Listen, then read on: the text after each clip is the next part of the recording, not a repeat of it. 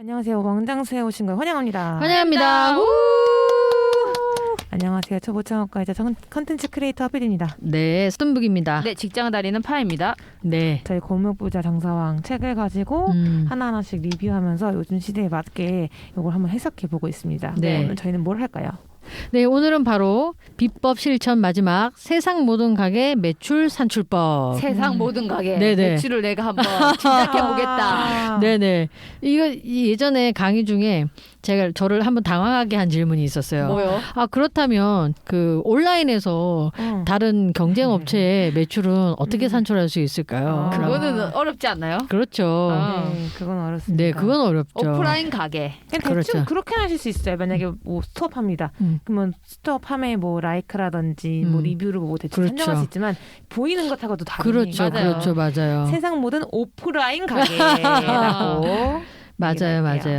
하지만 이제 오프라인 가게 매출 산출법이라는 것은 뭐 신박할 것도 없을 만큼 어떻게 보면 당연한 건데 이렇게 얘기하다고 하면은 이렇게 또 안 해보는 분들이 너무 많기 때문에 사실 얘기하는 거잖아요. 그러니까 네. 저는 그때 되게 와닿았던 게 뭐냐면 이게 다른 가게의 매출을 파악할 수 있는 그것도 되지만 내 가게에서도 얼마 정도의 매출이 나올 수 있느냐를 그렇죠. 그러니까 테이블을 내가 몇 개 놔야 되는지 내가 목표 금액을 하려면은 어느 정도 회전 테이블을 가져야 되는지 뭐 이런 계산을 해낼 수 있는 게 되게 와닿았었거든요. 그때 기억이 납니다. 제가 최근에 소이 연남을 갔었거든요. 네, 거기도 굉장한 곳이더만요. 모든 것이 네, 착착착착착. 꼭 웃지 않아도 친절할 수 있다는 느낌을 나름 어느 정도 받는 직원들이 막 웃거나 막 상냥하진 않아요. 근데 그런 게 놓지 않을 정도로 만족한 서비스를 받고 왔거든요. 거기서도 각 테이블에 최대한 테이블 돌아가는 숫자가 너무 길지 않게 시간대가 그래서 저도 거기서 몇 테이블 몇 개인가 매출 몇 개인가 아, 그랬어요? 그거 그렇죠. 네, 근데 사실 계산은 안 떨어져봤지만 그냥 기본 숫자만 보고 왔어요. 네네. 테이블 몇 개. 네네. 한 팀이 먹고 가는 시간은 몇 시간 이 정도는 보고 왔던 것 같아요. 네네. 그 이 매출을 산출하면서 아까 말씀하신 것처럼 이제 상한가 혹은 하한가를 측정해 볼 수 있기 때문에 사업의 규모가 나오는 거고 사실 그래서 우리가 처음에 이제 목표하는 금액 같은 게 있다라고 하면 테이블이 너무 없다라고 하면 판매 채널을 추가해야 하는 것처럼 어떤 사실 처음부터 끝까지 맥락에 굉장히 중요한 단서를 주는 것 같아요. 그래서 이 가게가 얼마나 알짜 가게인지. 그렇죠. 네. 그리고 내 가게를 얼마나 알짜로 만들 건지 그런 것들은 여기서부터 출발을 하는 거고 또 경쟁자를 보면서 이거 내 거를 만들어 나가기 때문에 경쟁자 업소 탐방을 했을 때 그런 것들을 산출해내는 게 굉장히 중요하다라는 거죠. 무턱대고 나는 맛있는 음식을 할 거야 라고 하는 것보다는 이렇게 잘 되고 있고 이 지역에서 1등을 하고 있는 이 가게에 이 시간대 매출이 이렇다라면 이 시간대는 매출이 어떨 거고 몇 분을 모시고 계시고 이 상품의 어떤 이런 퀄리티를 봤을 때 가격의 몇 프로가 원가점이 될 거고 여중에 부가세는 몇 프로이며 카드 수수료가 얼마고 이렇기 때문에 이 사업은 할만하다라든지 이렇게 하고 있는데 너무너무 이게 힘들다. 1등 하는 사람인데 그러면 나는 어렵다. 밥만 보이는데 남는 거 별로 없는 곳이었다. 그렇죠. 그게 아주 좋은 겁니다. 제가 최근에 사실은 사업 계획서를 써본 게 있어요. 그게 종목이 뭐냐면 정확하게 하자고 하는 사람들이 있어가지고 한국인이라면 누구나. 그렇죠. 그게 이제 발단인 거죠. 그래서 제가 사업 계획서를 써봤어요.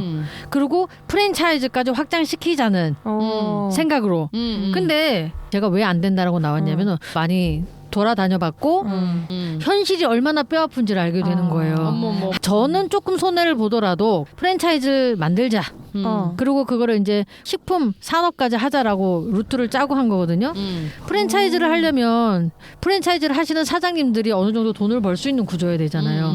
프랜차이즈를 모집했을 때 그들도 돈을 벌어야 되잖아요. 맞아요. 그러면 지금 시장 가격으로는 안 돼요. 아니 어디서가 문제가 생기는 거예요? 가격이 가격 원가? 문제죠. 원가, 그다음에 변동되는 여러 가지 위험 요소들, 인건비까지 최대한 자동화를 넣는다는 전제도 그래요.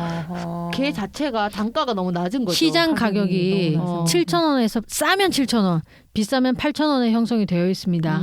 사업성이 저한테는 무척 떨어지는 거죠. 그러네. 그럼 제가 아주 고생을 해서 가격을 최대한 낮춰서 박하게 했다. 그럼 그건 프랜차이즈가 안 돼요. 왜냐면 우리 사장님들이 편하게 일을 하면서 돈을 벌어야 되는데 그러면 안 되는 거예요. 그럼 가격 올려요. 그럼 경쟁력이 떨어지는 거예요. 무슨 말씀인지 알겠죠? 그래서 제가 수없이 한 3번 정도 사업계획서를 수정해봤거든요. 네. 해보고 싶어서 안 되는 거예요. 근데 거기에다 위험 요소까지 많이 있어요. 경쟁도 많이 있지만 진입장벽이 낮고 제가 이거를 사업으로 떼내서 보니까 사업성이 굉장히 떨어져요. 그리고 프랜차이즈를 한다는 건 말이 안 되죠. 그러면 저는 돈을 벌 수 있겠지만 프랜차이즈를 하시는 사장님들은 돈을 못 버는 구조예요. 그러면 어떻게 되겠습니까? 금방 없어지겠죠. 좋은 회사가 아니잖아요. 그렇죠. 그래서 산수계산은 엄청 아무리 해가지고. 아이템이 좋고 맛있던데 안 돼요, 사업성이 안 나오면은 할 네. 수가 없어. 안전한 음식이어야 되고 어떻게 팔 건지 그 다음 단계는 뭔고 프랜차이즈를 몇 개까지 하고 몇 개 했을 때 사업주들한테 얼마만큼 더 양질의 것을 해줄 수 있기 때문에 10호점인 것보다 50호점이 더 나은 이유 이게 다 산수로 나와야 되는 거고 프랜차이즈 사업을 하지 않고 네. 그러면은 이거를 그냥 식품 산업을 하자.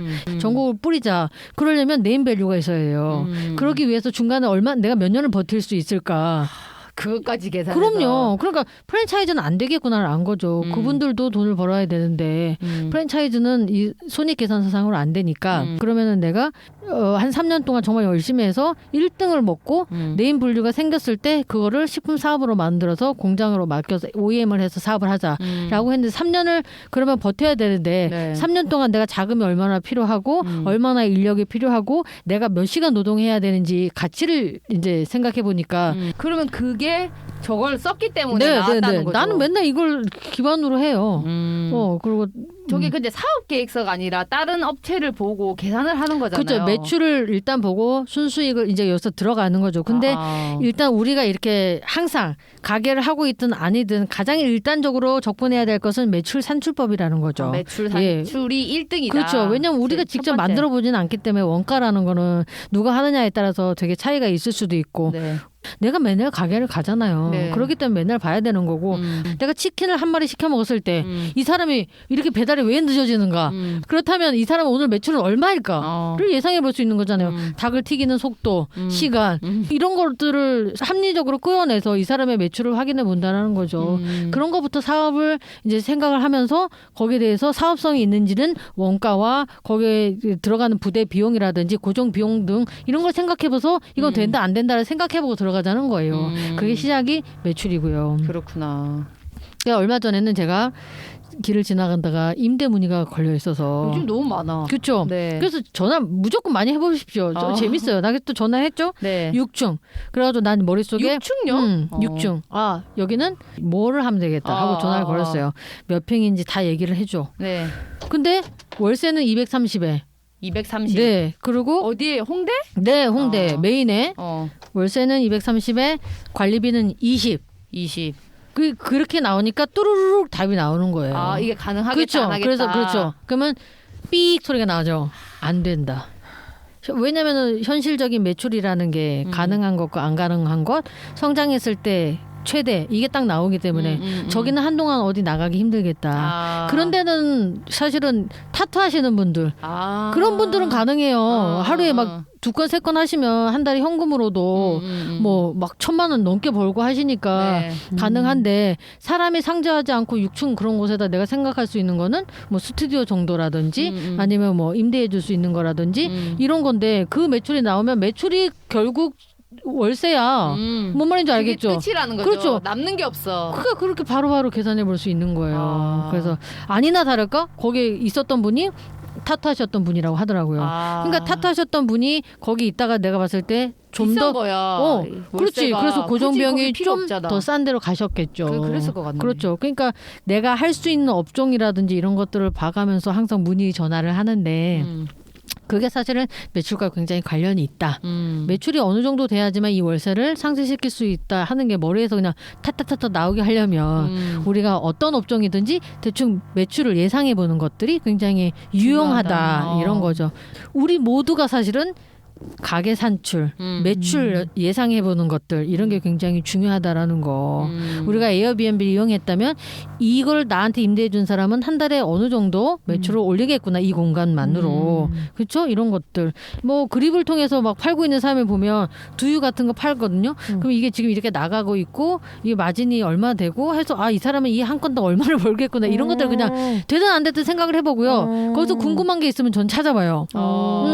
더 깊게. 그렇죠. 근데 좋은 정보들이 많이 있기 때문에 알려고 하면 다 알게 되고 좋은 회사가 있다 생각하면 정보 공개서가 많이 있기 때문에 어떻게 그 사람이 사업을 쫙 연장해 와야되는지 다 나오거든요. 왜냐하면 그 사업자의 다른 사업도 다 공개가 되어 있기 때문에 이 사람이 어떻게 성장했는지가 다 나와요. 그래서 보면 저는 이거죠. 하나 하고 있는 사람이 없다더라. 예. 아니 그때 에어비앤비 잘 때 그 오피스텔 맞은편도 다 청소하고 있고 막 그랬다고 했잖아요. 네, 맞아요. 그 어디냐면 삼성전자 지금 건물 공사 들어갔잖아요. 네. 그 옆 건물. 네네. 그 주얼리 있고 거기 네. 11층이 에어비앤비예요. 아 거기 네, 빌딩. 거기 빌딩. 미용실 있고 미용실 있고. 11층. 11층에 있는데 들여다보니 저는 그냥 한실인 줄 알았어요. 근데 맞은편에 복도 넓은데 거기를 청소하고 계시더라고. 그러니까 한 개만 하는 게 아니다. 에어비앤비구나 생각이 들으면서 제가 이제 스튜디오 갔다가 이제 저녁에도 유튜브 틀어놓고 막 거리는데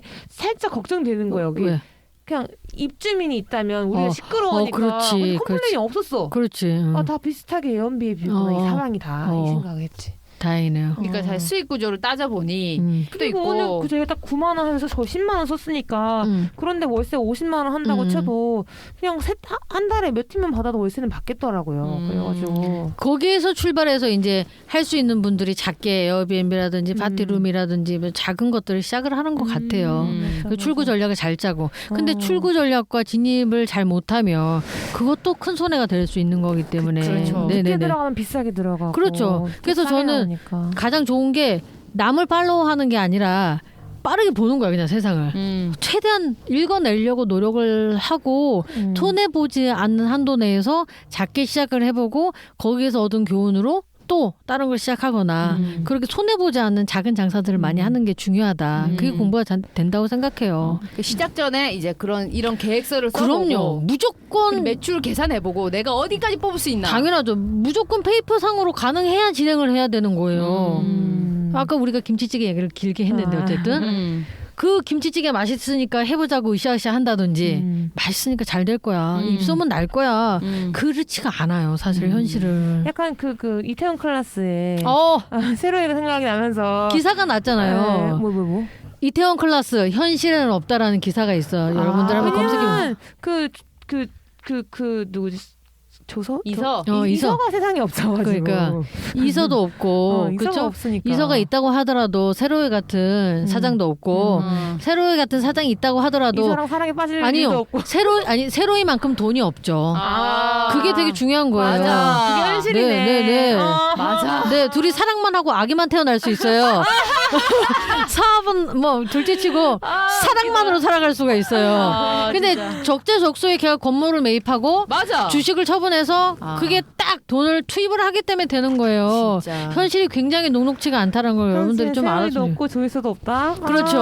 그 돈 있는 불러주는 친구도 없다. 그렇죠. 돈이 있는 세로이라고 얘기를 해야 되고요. 돈이 있고 돈을 불려주는 경제에 빠삭한 주식쟁이 친구가 있는 세로이라고 해야죠. 아시겠죠? 맞아. 그래서 우주의 기운이 도왔네. 그렇죠. 적어도 사업계획서상 확실하게 산출이 돼서 된다라는 것을 시작을 해야 되는만 베팅을 해야 된다고 생각을 해요. 저는. 그런 의미에서 이 매출법 진짜 중요하다. 네. 돈에 관심이 있다라면 우리가 주식만 들여다보고 뭐 부동산만 볼 게 아니라 다른 가게 매출도 계속 지속적으로 지켜봐야 된다. 이런 생각을 많이 해요. 그래서 제가 보는 입장에서는 젊은 사장님들이 여러 많이 해요. 제가 봤을 때. 그리고 자기는 일을 안 하지. 그런데 전통적으로 식당 하셨던 분들은 그것만 해요. 그것만 내기 뭐. 그러니까 주방에서 놓지 않고 10년째 열심히 물론 그게 나쁘다는 건 아닙니다. 그렇죠. 하지만 상황이 안 좋아지면 폐점해야 될 위기가 와요. 사업성이 없기 때문에 더 이상 할 이유가 없는 거예요. 예, 창업 교육을 가보셨잖아요. 네. 거기에서는 이런 내가 최대 어디까지 매출을 찍을 수 있는지 이런 거 계산을 그런 거. 해보나요? 오늘 이 자리를 통해서 말해주고 싶은 건 뭐냐면 꿰뚫어보는 능력을 키우자예요. 다른 사람과 나의 관계에서 어쨌든 이익을 같이 추구하기 위해서 만났다고 하더라도 이 회사가 나를 통해서 얼마 정도의 현실적, 금전적 이익을 얻는지를 꿰뚫어 볼 수 있어야만 내 사업도 거기에 비춰볼 수 있다고 생각을 하거든요. 근데 대부분은 나를 그 사업에 참여시키기 위해서 좋은 것만 많이 얘기하겠죠. 네. 왜 유망한지, 그리고 제일 잘하는 곳이 매출이 얼마 정도 나오는지, 뭐 이런 거 얘기해 주기 바쁘죠. 그러니까 요즘 온라인 판매하는 것도 본인이 뭐 직접 만들어서 파는 뭐 베이커리 이런 것도 본인이 하루에 만들 수 있는 양이 있을 거잖아요. 그걸로 뭐 최대한 매출을 생각해 본다거나 뭐 이런 식으로라도 어쨌든 계산은 해봐야 된다. 그렇죠. 분명. 요즘에는 장사도 그렇게 녹록하지가 않고 할 게 없어서 식당을 한다라는 건 참 지금의 시대에는 위험하다는 생각이 더 크거든요. 그래서 돈이 되는 사업 계획서를 물론 하는 것도 중요하지만 창업은 능력 있는 사람들이 하는 편으로 저는 흘러가고 있다고 생각해요. 아무것도 없는 사람이 시작할 수는 있지만 아무것도 모르는 사람이 할 수. 굉장히 좋은. 그렇죠. 그 1단계가 내 매출액 그렇죠. 정도는 계산해봐라. 그렇죠. 예상해봐라. 맞아. 법규 준수 준법이 얼마나 중요한 세상이 됐는데 아무것도 모르는데 끊임없이 공부해야 되는 거죠. 네. 그래서 사람은 오히려 공부할 게 더 많은 것 같아요. 그럼요. 네. 우린 더 그런 거고요. 네. 아까도 말씀드렸지만 200억이 있는 주식을 하는 사람도 하루에 4시간을 밖에 못 자면서 더 사업 동향을 공부한다라고 그쵸. 하는 거는 그만큼 넓은 세상, 그만큼 넓은 것을 보려면 계속 공부를 해야 된다는 거죠. 네. 세상은 계속 흘러가는 거니까. 그 성공 카페 같은 데서 만난 사장님들은 보면 김밥 말지 않지만 김밥 천국 5개, 6개 하시는 분도 있잖아요. 맞아요. 그게 바로 여기서 나오는 거잖아요. 그런 것도 가능하게 하는 것은 산수, 매출, 수요, 공급 이런 거니까. 네, 일자리 창출도 시킬 수 있고. 그렇죠. 일자리 창출 때문에 저는 이 식당 운영이라는 게 진짜 메리트가 있고 아직 마음을 못 버리는 거예요. 사회에 도움되는 일 네. 이런 거다. 식당은 창출이 되더라고요. 10명이, 20명이, 20명이, 100명이 되고 100명이, 1000명이 되는 게 식당 창업이더라. 그래서 식당 창업이 참 좋은 사업이다. 저는 그렇게 생각을 하고 있습니다. 네. 자, 그럼 저희는 다음 시간에 프랜차이즈 관련된 왕장사 레슨을 가지고 돌아오겠습니다. 그럼 우리 모두 잘 살아봅시다. 오늘 내용도 참